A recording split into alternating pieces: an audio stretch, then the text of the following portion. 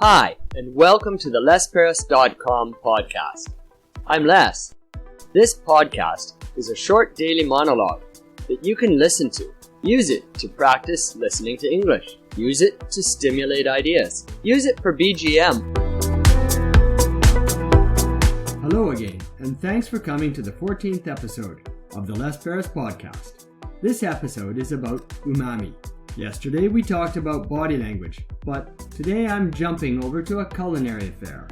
Let's learn a bit about umami, which many people don't know much about. Umami. Do you even know what this word means? It's a word that doesn't come from English, although it's an English word now. It originally comes from Japanese, because the original discoverer of umami was Kikunai Ikeda, a scientist in Japan, and he discovered it back in 1908. Back then, people said there were 4 basic tastes that people could sense: salty and sweet and bitter and sour. And Mr. Ikeda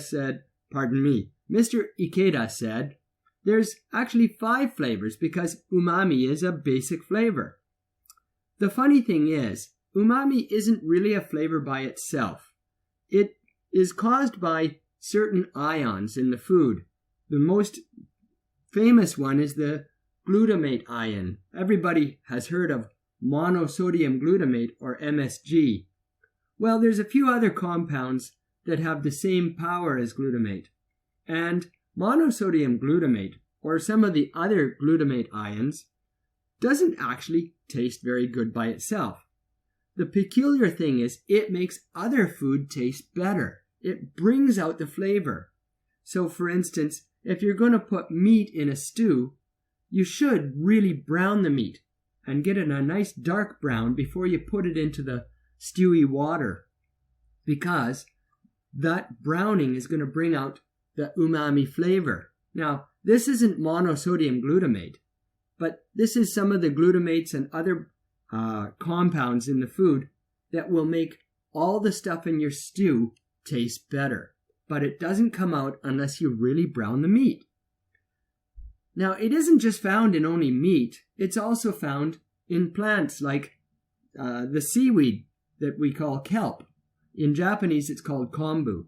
And that's the place where Mr. Ikeda actually first discovered umami. Umami can really make your food taste better. Go and do a little bit of research and see how you can make umami in your cooking today.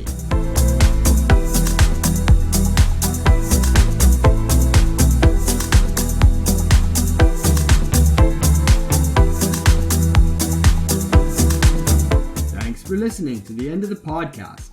I certainly don't know much about umami, but I learned a bit in this podcast. I hope you heard something interesting and new too. Be sure to come back tomorrow when I talk about invasive species.